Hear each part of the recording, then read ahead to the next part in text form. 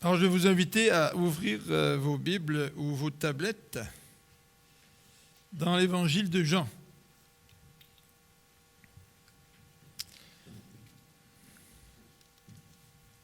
Nous allons ouvrir dans l'évangile de Jean, au chapitre 13, évangile de Jean, chapitre 13. Un texte qu'on connaît très très bien, mais qui, encore une fois, va certainement nous faire du bien. Donc, 1 Jean,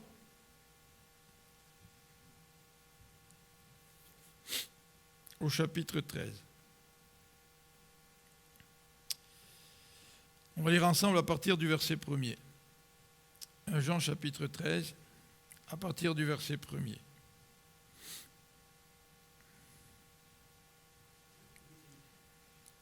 J'ai dit 1 Jean, excusez-moi, Jean.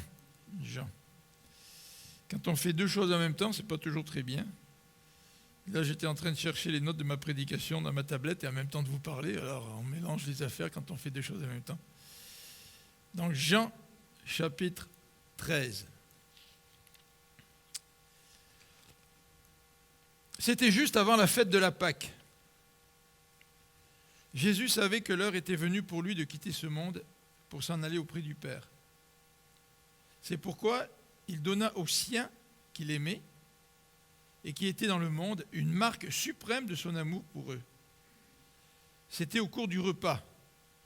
Déjà, le diable avait semé dans le cœur de Judas, fils de Simon Iscariote, le projet de trahir son maître et de le livrer.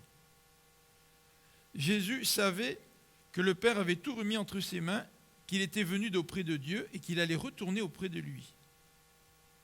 Il se leva de table pendant le dîner, posa son vêtement et prit une serviette de lin qu'il se noua autour de la taille. Ensuite, il versa de l'eau dans une bassine et commença à laver les pieds de ses disciples, puis à les essuyer avec la serviette qu'il s'était nouée autour de la taille. Quand vint le tour de Simon, Pierre, celui-ci protesta « Toi, Seigneur, tu veux me laver les pieds ?» Jésus lui répondit « Ce que je fais, tu ne le comprends pas pour l'instant, tu le comprendras plus tard. » Mais Pierre lui répliqua « Non, tu ne me laveras pas les pieds. Sûrement pas. » Jésus lui répondit « Si je ne te lave pas, il n'y a plus rien de commun entre toi et moi. » Dans ce cas, lui dit Simon-Pierre, « Ne me lave pas seulement les pieds, mais aussi les mains et la tête. » Et Jésus lui dit « Celui qui est béni est entièrement pur, il lui suffit de se laver les pieds. Or vous êtes purs, mais pas tous. » Jésus en effet connaissait celui qui allait le livrer. Voilà pourquoi il avait ajouté « Vous n'êtes pas tous purs. » Après leur avoir lavé les pieds, il remit son vêtement et se remit à table. Il leur dit « Avez-vous compris ce que je viens de faire ? Vous m'appelez maître et seigneur, et vous avez raison car je le suis. Si donc moi, le Seigneur et le maître, je vous ai lavé les pieds, vous devez vous aussi vous laver les pieds les uns les autres. Je viens de vous donner un exemple, pour qu'à votre tour vous agissiez comme j'ai agi envers vous. Vraiment, je vous l'assure, un serviteur n'est jamais supérieur à son maître, ni un messager plus grand que celui qui l'envoie. Si vous savez ces choses, vous êtes heureux, à condition de les mettre en pratique. Seigneur notre Dieu, merci pour ce beau passage. Passage que nous connaissons encore une fois très bien. Mais Seigneur, je te prie afin que tu puisses ouvrir les yeux de notre cœur, ouvre les yeux de nos cœurs, pour que nous puissions entendre ta parole et surtout la vivre la réalité de cet évangile. Te le demandons au nom de Jésus-Christ. Amen. Alors vous vous souvenez, la semaine dernière, on a commencé notre mini-série en quelque sorte sur la Saint-Valentin. On a parlé de l'amour de Dieu pour nous, puisque la Saint-Valentin, c'est la fête de l'amour. Et on avait décidé aujourd'hui de mettre l'accent maintenant sur la réalité de l'évangile dans notre vie. Pour comprendre et vivre l'évangile, bien, il faut recevoir Dieu dans notre vie, bien sûr. Mais une fois qu'on a reçu Dieu dans notre vie, la question cruciale, comme dirait tout le monde en parle, la question qui tue, c'est est-ce que nous vivons la réalité de l'évangile ? Et en cette période de Saint-Valentin, c'est assez important de se rappeler la question suivante, est-ce que nous vivons la réalité de l'amour, notamment dans notre couple, dans notre famille, avec nos amis, avec nos frères et sœurs. Alors c'est très facile de croire en l'évangile mais ce n'est pas toujours évident de vivre la réalité de l'Évangile dans notre vie. Et c'est la raison pour laquelle nous avions mentionné dimanche dernier cette importance de garder l'Évangile au centre de notre vie. Et la Saint-Valentin, en quelque sorte, est pour nous pas simplement l'occasion d'acheter du chocolat ou d'aller manger dans un restaurant, mais de nous poser la question, est-ce que nous vivons la réalité de l'Évangile dans nos rapports avec ceux qui sont chers autour de nous, et en particulier avec les frères et les sœurs dans le Seigneur. Vous savez, le plus grand commandement que le Seigneur nous a donné, il se résume à aimer Dieu et à aimer soi-même. Tu aimeras le Seigneur ton Dieu comme toi-même. Et les gens du monde prennent ce commandement et le tordent en disant, écoute, il faut d'abord que je m'aime moi-même pour aimer Dieu. Mais le texte ne dit pas, aime-toi toi-même pour aimer Dieu. Le texte dit, tu aimeras le Seigneur ton Dieu comme toi-même. Donc ce que le texte souligne, c'est que l'amour de soi, en général, c'est quelque chose d'inné. C'est tellement inné que nous sommes tellement centrés sur nous-mêmes parfois et tellement égoïstes. Mais si cet amour de soi que nous avons, nous pouvions le tourner vers Dieu, nous pourrions aussi aimer Dieu comme il le veut. Alors Dieu ne dit pas dans ce commandement, apprends-toi d'abord à t'aimer pour pouvoir m'aimer. Il dit, aime Dieu comme tu t'aimes. Il prend comme présupposition que l'être humain s'aime. Même si parfois on ne s'aime pas toujours de la bonne façon. Parfois nous nous nuisions à nous-mêmes. Mais généralement nous sommes naturellement assez centrés sur nous-mêmes. Il faut quand même bien le reconnaître. Alors c'est la raison pour laquelle, dimanche dernier, nous avions regardé le texte bien connu de Jean 3,16, le grand amour de Dieu pour nous, et qu'aujourd'hui nous allons mettre un peu plus l'accent sur l'amour auquel le Seigneur nous demande de participer, notamment entre frères et sœurs. Mais c'est un amour qui se vit d'abord avec notre conjoint, d'abord avec notre famille, et aussi avec nos frères et sœurs, et ensuite cet amour déborde envers les gens au milieu desquels nous vivons. Alors ce que je voudrais regarder dans ce texte de Jean 13, c'est tout d'abord ce thème d'aimer comme Jésus a aimé. C'est assez révolutionnaire, on l'a vu dimanche dernier, la manière dont Dieu nous aime. Mais Jésus nous demande d'aimer comme lui aussi a aimé. Et ça, c'est un véritable défi. Et j'aimerais nous lancer ce défi aujourd'hui, à l'occasion de la Saint-Valentin, de relever ce défi que Jésus met devant nous. Vous allez vous aimer les uns les autres comme moi je vous ai aimé. Alors comment le Seigneur nous a-t-il aimés ? Eh bien tout d'abord, les versets 1 à 3 nous présentent le cœur de Jésus. Quand on parle d'amour, on parle de cœur. C'est pour ça qu'à Saint-Valentin, il y a plein de petits cœurs partout. Et je ne peux pas aimer comme Jésus aime si je ne comprends pas le cœur de Jésus. Jésus a un cœur pour ses disciples. Est-ce que moi, j'ai le même cœur de Jésus envers mes frères et sœurs, envers ma propre famille, mes propres enfants, envers mon conjoint ? Deuxième élément, pour étudier ce texte qui se retrouve dans ce chapitre, c'est que Jésus, non seulement nous décrit son cœur, mais ce texte nous décrit aussi l'exemple de Jésus. Et c'est un exemple à suivre. Et Jésus va manifester son amour par un symbole en quelque sorte, celui du lavage des pieds. Vous savez que parfois dans la Bible, nous retrouvons des symboles, des gestes qui reflètent une réalité plus grande. Alors c'est la raison pour laquelle on ne pratique pas le lavement des pieds aujourd'hui. Tout d'abord parce qu'on n'est pas dans un contexte historico-géographique le même que celui de Jésus, alors que les gens se promenaient à sandales sur des chemins poussiéreux et salissaient très souvent les pieds. Généralement, quand vous venez tous à l'église, vous avez des pieds propres. En tous les cas, je n'ai pas d'odeur qui monte là vers moi ce matin. Mais l'enseignement de Jésus se fait au travers d'un geste. Ce qui compte, ce n'est pas le geste. Ce qui compte, c'est l'enseignement qui est derrière. Donc, c'est la raison pour laquelle nous ne faisons plus ce lavement des pieds. Il y a quelques années, il y avait au Québec quelques églises qui s'appelaient les églises baptistes de Landmark. Et l'église phare au Québec, c'est une église à Granby. Et ils pratiquaient le lavage des pieds. Et ils n'avaient pas compris que Jésus ne veut pas qu'on s'attarde à l'illustration du geste, mais que Jésus s'attarde à ce qui est derrière le geste, à la réalité qui est derrière le geste. Alors nous voudrions regarder l'exemple de Jésus ce matin, et nous voudrions terminer avec le défi du serviteur Jésus. Donc le sous-titre que j'ai donné, à chacune de ces sections, c'est le cœur du serviteur Jésus. C'est-à-dire l'exemple du serviteur Jésus. Le défi du serviteur Jésus. Que nous puissions nous rappeler que même si Jésus est notre maître, il est le Seigneur, c'est aussi le serviteur Jésus. Et si je veux adorer Jésus et connaître Jésus, je dois connaître tous les aspects de sa personne. Pas simplement un aspect qui m'attire le plus, mais aussi l'ensemble de sa personne. Et le serviteur Jésus, cette notion de serviteur est cruciale pour la compréhension de qui est Jésus aujourd'hui. Alors, aimer comme Jésus. Le cœur du serviteur Jésus, verset 1 à 3. C'est intéressant de voir le contexte. Regardez tout d'abord au verset 1er. Jésus savait que l'heure était venue pour lui de quitter le monde. Et un petit peu plus tard, il nous dit non seulement qu'il sait qu'il va souffrir, mais il nous dit qu'il sait que Judas va le trahir. Donc le contexte de Jean 13, le contexte, c'est celui des derniers moments que Jésus passe avec ses disciples dans la chambre haute. Hein. Il va être arrêté très très bientôt. Donc il donne son enseignement final aux disciples.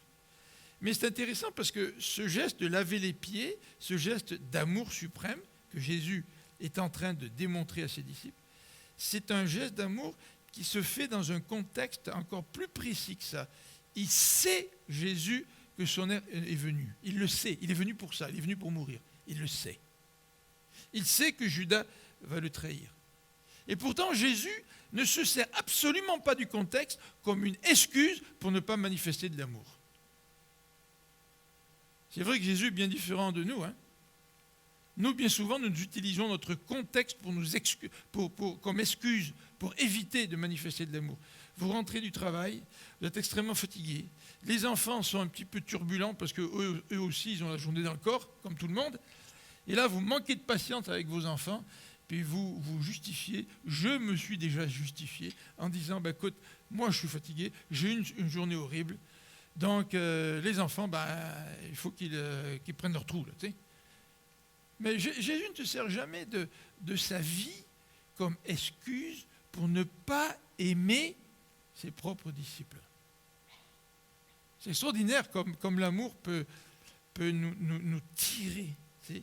En anglais, on dit to stretch. Tu sais, on étire notre patience. Tu sais.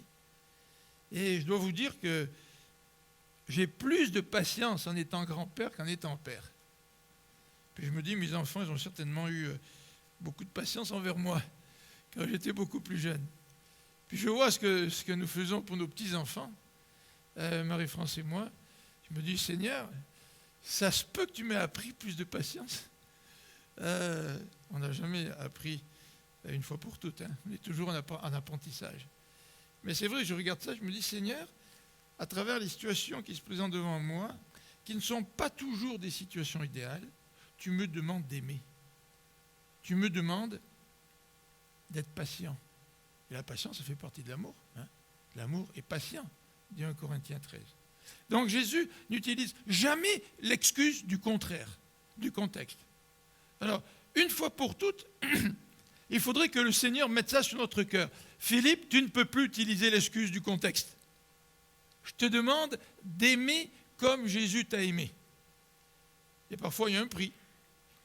Parce que quand tu rentres du travail fatigué, puis que tes enfants ont envie de jouer avec toi, puis que tu n'as pas envie, si tu veux passer un petit peu de temps avec tes enfants, il va falloir que tu payes un prix. Hier, quand on a eu le déjeuner, on a décidé après le déjeuner de prendre Gianni chez nous. Et Gianni, en sortant d'église, dit « Papy, ce soir-là, on va jouer au monstre. » Puis lui, il aime ça le soir, il joue au monstre. Il ferme toutes les lumières. Puis quand Marie-France a besoin de lumière, il astine avec Marie-France parce qu'il veut que ça soit tout noir dans la maison. Puis là, il se déguise, puis on se promène dans les pièces, puis on chasse les monstres. Puis moi, hier matin, quand il me dit ça, je me suis dit, j'ai tellement à faire là, pour demain matin que là, à l'idée de chasser des monstres, c'est pas tellement ce qui m'attire le plus. Là, tu sais. Mais j'ai été sauvé par la cloche. Gianni était un peu malade hier.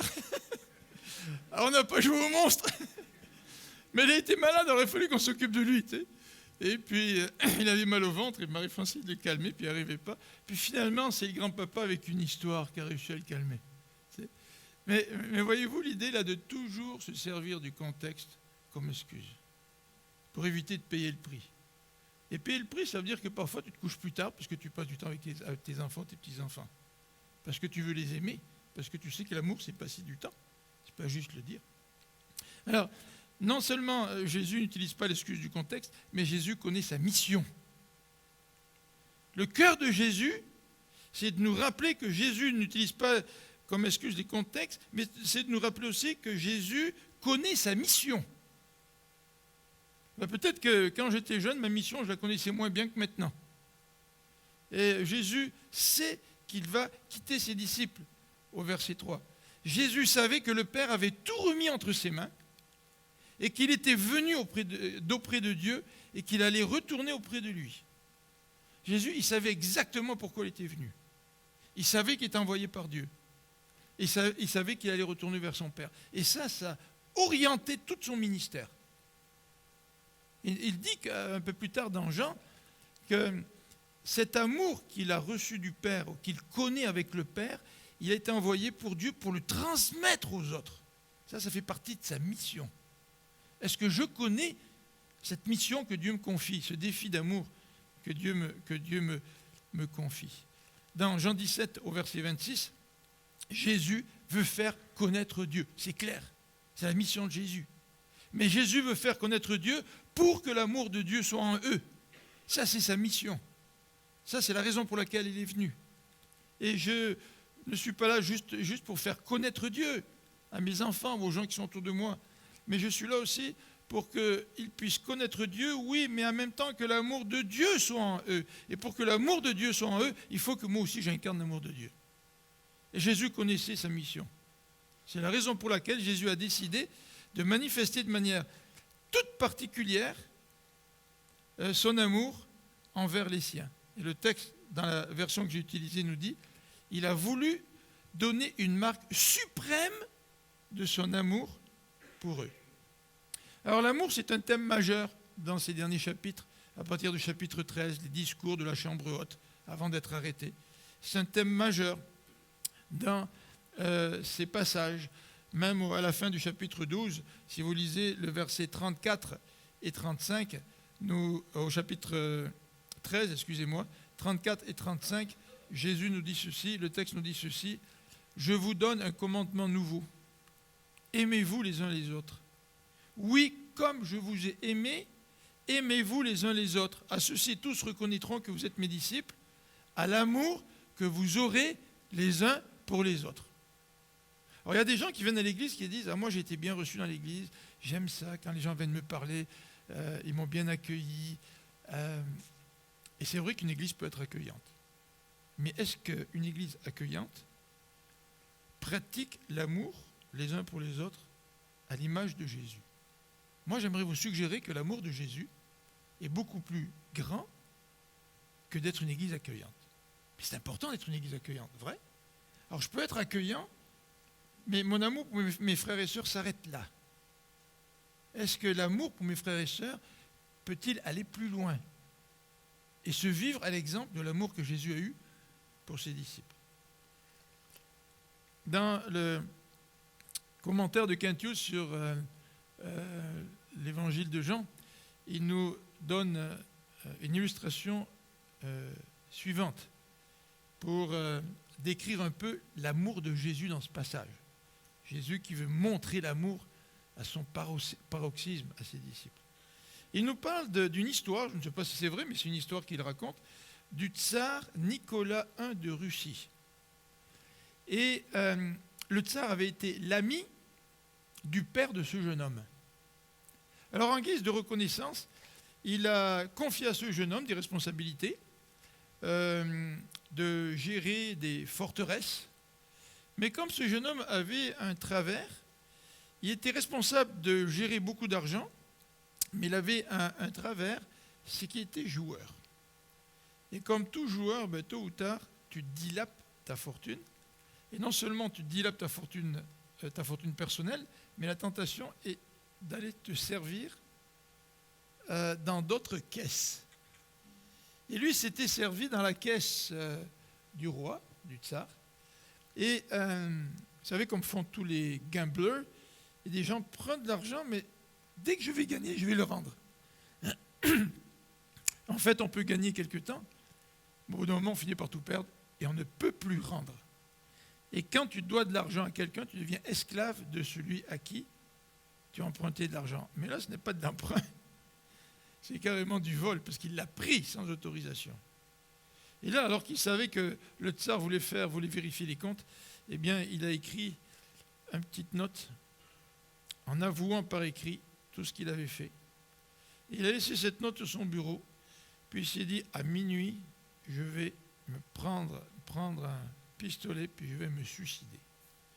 Alors il est allé se reposer en début de soirée. Et pendant qu'il était en train de se reposer en début de soirée, le tsar, qui avait l'habitude de se déguiser en soldat pour se promener parmi son armée, incognito, est rentré dans la chambre, dans le bureau où se trouvait cet homme-là. Il l'a vu en train de dormir. Mais il a vu sur le petit bureau la note écrite par ce serviteur du tsar. Et au lieu d'intervenir avec vengeance et d'établir sa justice, le tsar a pris un crayon et il a écrit quelque chose sur le papier. Et plus tard, ce jeune homme s'est réveillé, le tsar était parti. Il s'est réveillé pour mettre en œuvre le plan qu'il avait conçu, c'est-à-dire de s'enlever la vie. Eh bien, ses yeux tombent sur la note qui est écrite avec la signature du tsar et le petit mot qu'il avait écrit. Et le petit mot, c'était ceci. Qui est capable de payer cette dette? Signé le tsar. Nicolas Ier. Alors le gars était tout à fait surpris. Il va consulter d'autres missives officielles où se trouvait la signature du tsar pour comparer les deux signatures. Et puis, sans aucun doute, le tsar lui-même avait signé ce papier-là. Qui est plus grand pour payer cette dette? Il signe, moi, le tsar. Le tsar a voulu payer le prix. A voulu payer le prix de la dette de cet homme. Qui est plus grand? Quel est l'amour plus grand que l'amour de Jésus-Christ pour nous? Jésus a voulu démontrer son amour de manière tout à fait particulière à ses disciples dans la chambre haute. Et la question que nous pouvons nous poser ce matin, c'est la suivante. Est-ce que nous voulons grandir dans l'amour de Jésus? Est-ce que nous voulons grandir dans l'amour de Jésus? Alors, comme disait notre sœur tout à l'heure dans son témoignage, souvent le Seigneur agit dans notre vie petit à petit et on ne s'en aperçoit pas. Hein. Puis moi, c'est quand j'ai eu des petits-fils que je m'aperçois que je suis plus patient aujourd'hui que je l'étais à 25 ans. Et le Seigneur a certainement travaillé dans ma vie, tu sais. Mais au-delà du temps que le Seigneur prend pour nous travailler, est-ce que nous avons ce désir de grandir pour Dieu? Parce que si nous avons ce désir de grandir pour Dieu, certainement que Dieu agirait, nous transformerait peut-être plus rapidement si nous avions ce désir. Tu sais. Voilà le cœur du serviteur. Le serviteur Jésus, il n'utilise jamais l'excuse du contexte. Jésus, il connaît sa mission. Et Jésus veut manifester son amour de façon toute particulière envers ses disciples. Regardons cet amour maintenant, l'exemple du serviteur Jésus. La scène nous est décrite au verset 4 et 5. Jésus se lève pendant qu'ils étaient à table. Il dépose son vêtement. Vous voyez comme la photo qu'on a, là, moi je trouve que c'est bien parce qu'on voit Jésus torse nu qui a déposé son vêtement. Hein. Il prit une serviette, il la noue autour de sa table. Il verse de l'eau dans une bassine, il commence à laver les pieds de ses disciples, puis à les essuyer avec la serviette qu'il s'était nouée autour de la taille. Dans un commentaire, un auteur nous dit que ce geste de Jésus-là, c'est une illustration de Philippiens 2, 5 à 9. Alors je vais vous faire une comparaison entre les deux textes. Parce que dans Philippiens 2, Paul nous dit que Jésus a abandonné sa gloire pour prendre la forme d'un serviteur. Et ce commentateur nous dit que Jean 13, c'est une illustration de Philippiens 2. Philippiens 2 a été écrit par la suite. Mais regardez ce parallèle entre les deux textes. Jésus s'est levé et a quitté sa place. Dans Philippiens, Jésus a quitté son trône. Jésus a déposé son vêtement pour troquer son vêtement contre un linge. Eh bien, Jésus, dans Philippiens 2, a déposé sa gloire. Jésus, dans Jean 13, prend une serviette et la noue autour de sa taille. Jésus, dans Philippiens, prend une forme de serviteur. Jésus, dans Jean 13, il verse de l'eau pour purifier et laver les pieds de ses disciples. Dans Philippiens, Jésus verse son sang. Dans Jean 13, Jésus lave les pieds. Et dans Philippiens, il nous est dit que Jésus nous lave de nos péchés. Dans Jean 13, il se rassoit à table, une fois fini. Et dans Philippiens, en tout cas dans l'Épître aux Hébreux, il nous est dit que Jésus, une fois accompli son service de serviteur, il s'assoit à la droite de Dieu. Quelle belle illustration du ministère de Jésus que ce lavage de pieds. Alors, Jésus nous dit, Matthieu 20, 28, est venu pour une vie de service. Alors, si vous avez votre Bible, je vous encourage à regarder dans Matthieu 20. C'est un texte quand même qui est très intéressant dans Matthieu 20, 28. Matthieu nous dit, « Car de même, le Fils de l'homme n'est pas venu pour se faire servir, mais pour servir et donner sa vie en rançon pour beaucoup. » Voyez-vous, ce verset décrit l'intention du Fils. Il y a une intention qui est décrite de façon négative. Il n'est pas venu pour se faire servir. Mais il le décrit de manière positive, l'intention de Jésus. L'intention de Jésus est de venir pour servir. C'était intentionnel et donner sa vie. Vous savez, manifester l'amour de Jésus, suivre son exemple, c'est un amour qui est intentionnel. Ce n'est pas juste un amour émotionnel. C'est quand votre enfant veut que vous jouiez avec lui, quand vous rentrez du travail, vous êtes très fatigué. Si votre amour est simplement un amour émotionnel, vous ne jouerez pas avec lui. Parce que vous allez le faire que si ça vous tente, que si vous ressentez le désir de le faire. Mais un amour intentionnel, c'est qu'en quittant ton travail, tu sais que tu vas retrouver tes enfants à la maison, tu te dis, moi je veux manifester mon amour particulier envers mon épouse, envers mes enfants, dans un autre contexte, envers les frères de l'Église, mais de manière intentionnelle. Comment est-ce que je peux aimer comme Jésus a aimé? Intéressant, hein? Jésus, il est venu, et de manière intentionnelle, il est venu pour servir. C'est la raison pour laquelle il est venu. En lisant cette description là, de la scène dans Jean 13, je me suis posé la question, quelles ont été les pensées des acteurs? À quoi Jésus a pensé quand il a lavé les pieds de ses disciples? Est-ce qu'il pensait peut-être à ses pieds qui allaient proclamer l'évangile? Heureux sont les pieds qui vont pour proclamer l'évangile. Qu'est-ce que les disciples ont pensé? Est-ce que tous n'ont pas réagi comme Pierre? Pierre, lui, il s'est objecté avec véhémence. Non, Seigneur, tu ne me laveras pas les pieds. Mais comment ont réagi les autres disciples? C'est intéressant, le texte ne le dit pas. Mais toujours est-il, le texte nous parle de Pierre. Et dans cette description de l'exemple de Jésus, le texte nous présente l'incompréhension de Pierre. Et au verset 6 de Jean, nous avons la surprise de Pierre. Quoi? Jésus, tu vas me laver les pieds? Alors, Pierre est assez spontané, et Pierre manifeste donc sa surprise. Seigneur, tu veux me laver les pieds? Mais quelle idée t'est passée par la tête? Et c'est vrai que souvent, aimer comme Jésus, ça présuppose que tu vas franchir l'obstacle de l'incompréhension des autres. C'est parfois quand tu aimes quelqu'un, la personne elle est vraiment surprise de cet amour-là. Puis il faut être prêt à ça. Parce que si Jésus n'avait pas été prêt à ça, il aurait dit Ah ok Pierre, non, tu n'as pas envie que je te lave les pieds, bah écoute, fais comme tu veux, je te respecte. Mais parfois quand on pose des gestes d'amour, ça touche tellement les gens que les gens sont tout à fait surpris par cet amour que vous voulez leur manifester. Et au verset 8, Pierre va au-delà de sa surprise, alors que Jésus lui a répondu. Pierre lui dit, non, tu ne me laveras pas les pieds, sûrement pas. Donc c'est très très emphatique son verset. Là, c'est plus la surprise. C'est plus quoi, Jésus ?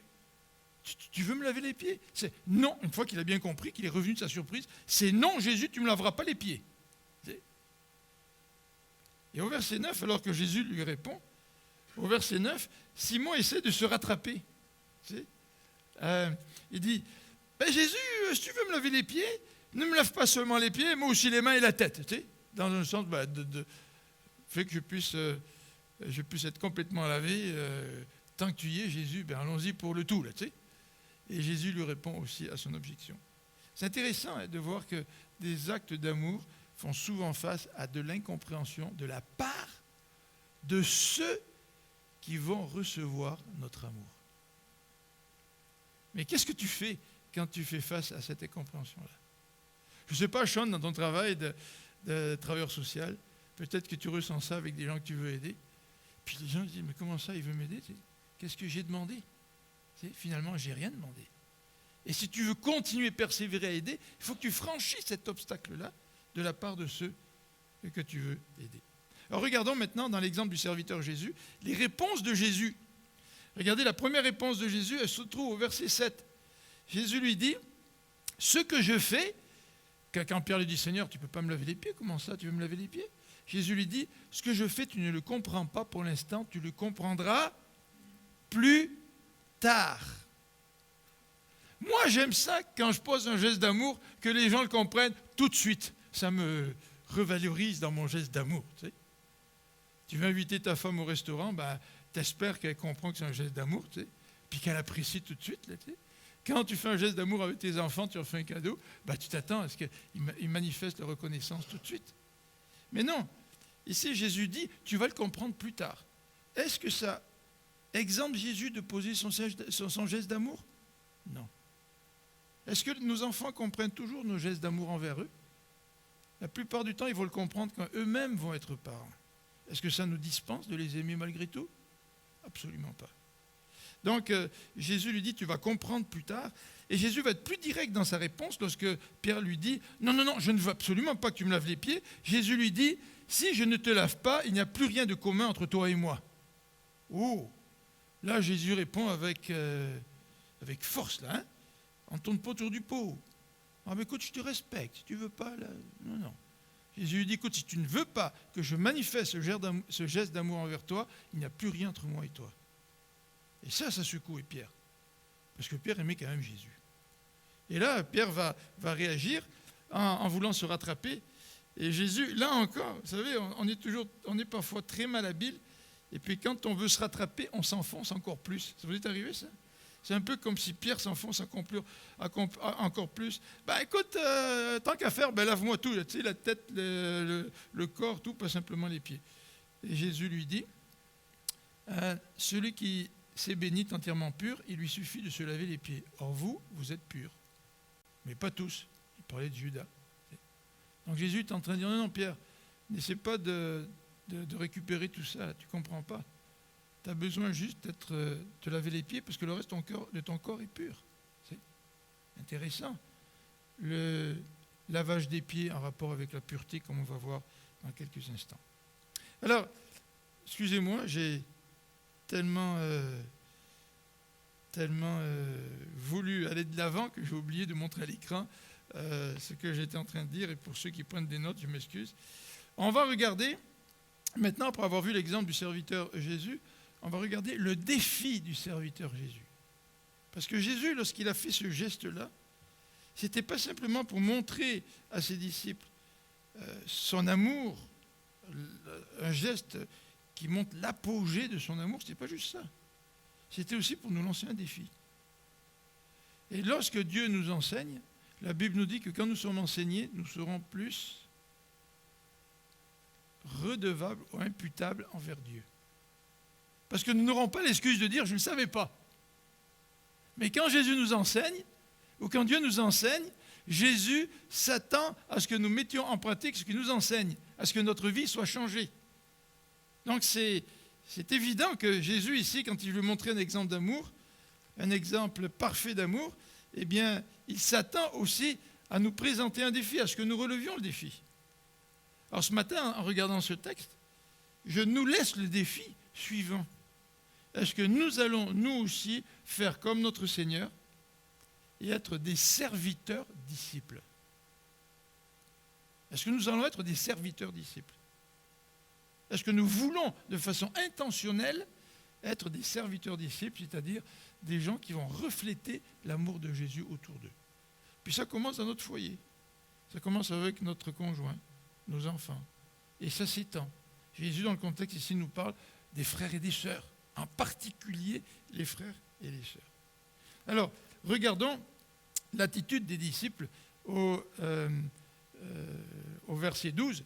Au verset 12, Jésus pose une question à ses disciples. Après leur avoir lavé les pieds, il remet son vêtement, puis s'assoit. Et là, il va enseigner ses disciples sur ce qu'ils viennent de faire. Avez-vous compris ce que je viens de vous faire, dit Jésus. C'est intéressant, hein? Tout à l'heure, quand j'ai lu, j'ai fait une petite faute. J'ai dit, avez-vous compris ce que je viens de faire? Non, c'est ce que je viens de vous faire. Jésus vient de faire quelque chose à ses disciples. Et cet amour de Jésus, il l'a manifesté envers chacun d'entre nous qui avons placé notre confiance en lui. Vrai? Et Jésus, ce matin, il pourrait nous poser la même question. Avez-vous compris la manière dont je vous ai aimé? Et Jésus pose la question parce qu'il connaît ses disciples.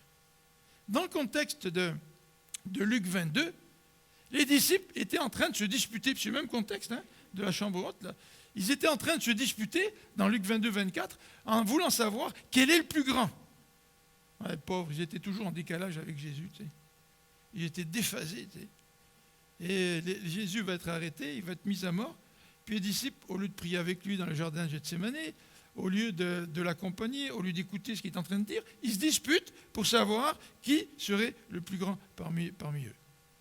En fait, dans la coutume, s'il n'y a pas d'esclaves pour laver les pieds, puis vous vous rappelez que même des esclaves hébreux ne lavaient pas les pieds, c'était les esclaves étrangers qui lavaient les pieds, d'où l'importance du geste de Jésus. Mais tout de même, quand des gens arrivaient dans un endroit, il n'y avait personne pour laver les pieds, souvent ce qu'ils faisaient, c'était le premier arrivé, ou les deux premiers arrivés, ils offraient à laver les pieds aux autres. Mais les disciples n'étaient pas intéressés à laver les pieds aux autres.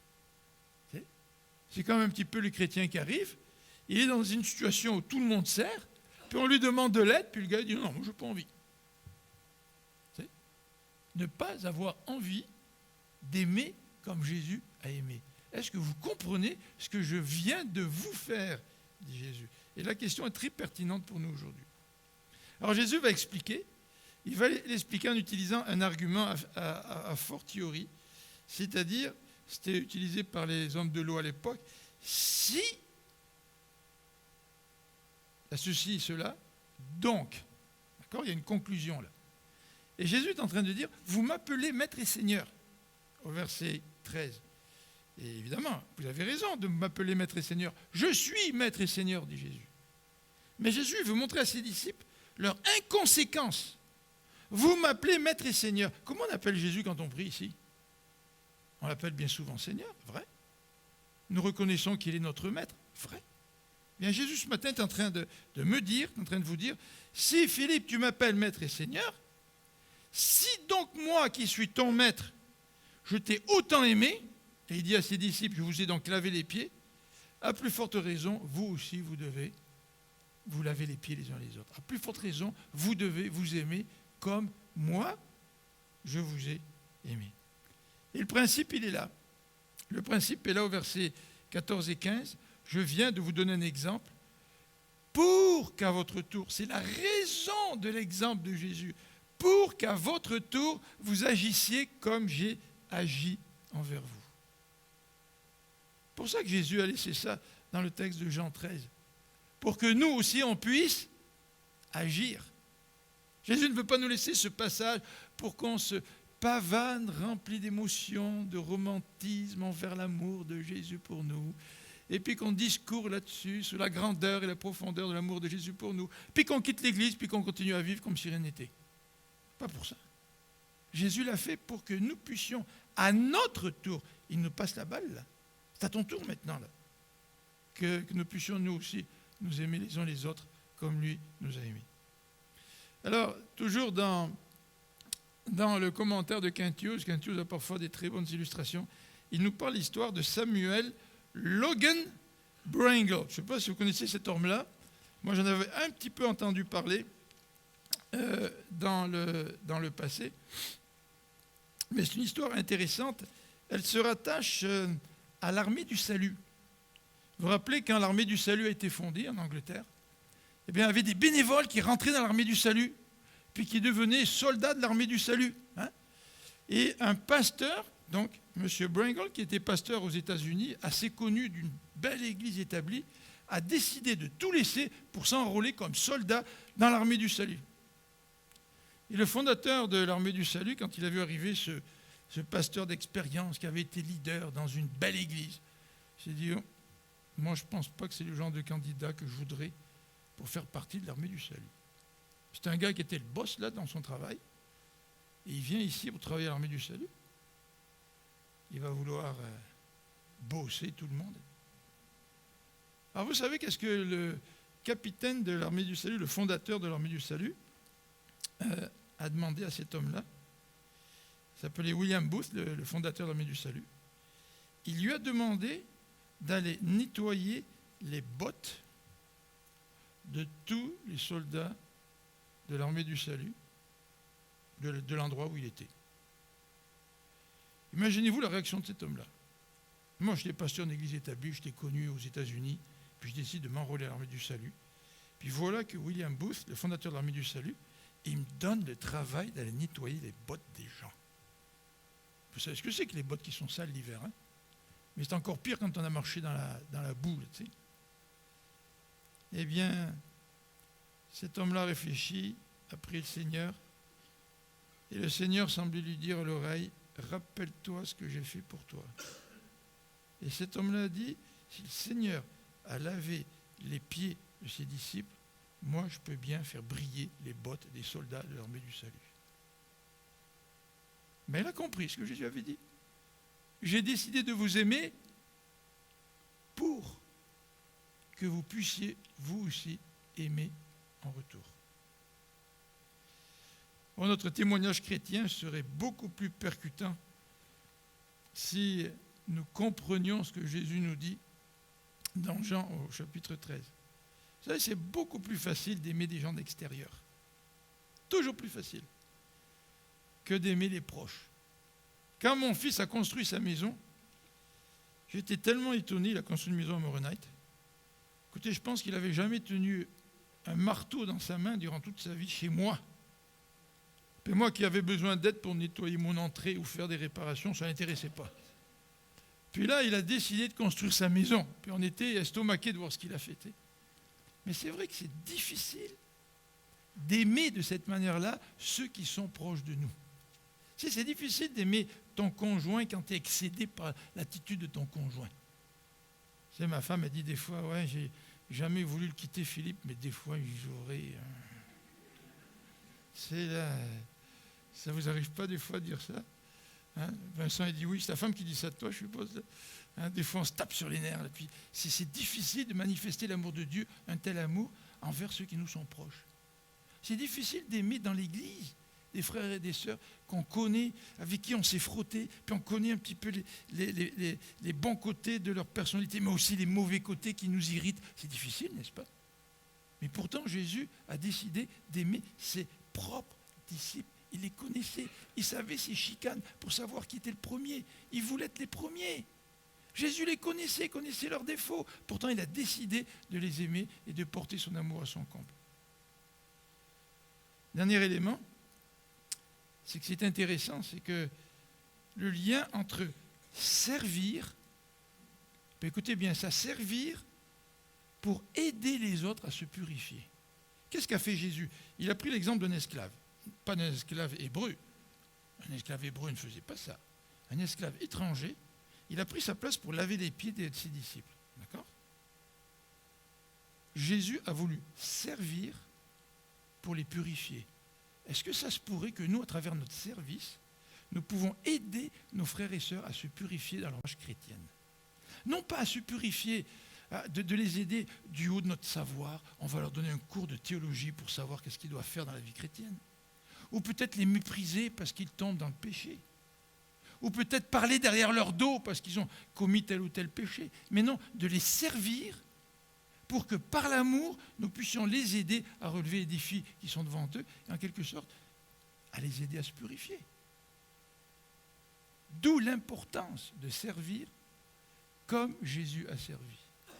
Oh, moi, s'il y a des gens qui veulent m'aimer comme Jésus a aimé ses disciples, puis qui sont là, qui veulent m'aider à grandir dans ma foi chrétienne, même à me reprendre dans ma vie spirituelle, mais c'est une bénédiction d'avoir des gens comme ça qui nous aiment autour de nous, au lieu d'avoir des gens qui lèvent le bâton prêts à nous taper dessus à la moindre faute que nous commettons, n'est-ce pas ? Aimer, servir pour aider mon frère et ma sœur à se purifier dans sa marche avec le Seigneur. Quel soutien spirituel dans la croissance chrétienne. En conclusion, je vais aller assez rapidement, comment aimer comme Jésus a aimé ? Observer, c'est ce qu'on a fait ce matin, on observe l'exemple de Jésus. Avoir le cœur que Jésus avait. Est-ce que je veux avoir le cœur que Jésus avait ? Puis comprendre qui nous sommes. Si lui, le Seigneur, le roi des rois, le Créateur, a posé ce geste, qui suis-je, moi, sa créature, pour ne pas poser le même geste ? Vous savez, le verset 17 nous parle de la joie de celui qui met ça en pratique. Le fruit de l'amour. C'est vrai, maintenant, nous savons, nous avons lu le texte ce matin, nous savons, nous n'avons aucune excuse. Mais le texte nous dit, il ne suffit pas de savoir. Si tu veux connaître la joie de l'amour, il faut que tu mettes en pratique. Et ça, c'est la condition. Oh, quand on voit des couples qui perdurent à travers les décennies et qui sont heureux d'être ensemble, c'est certainement qu'ils ont appliqué une condition, celle de s'aimer l'un l'autre.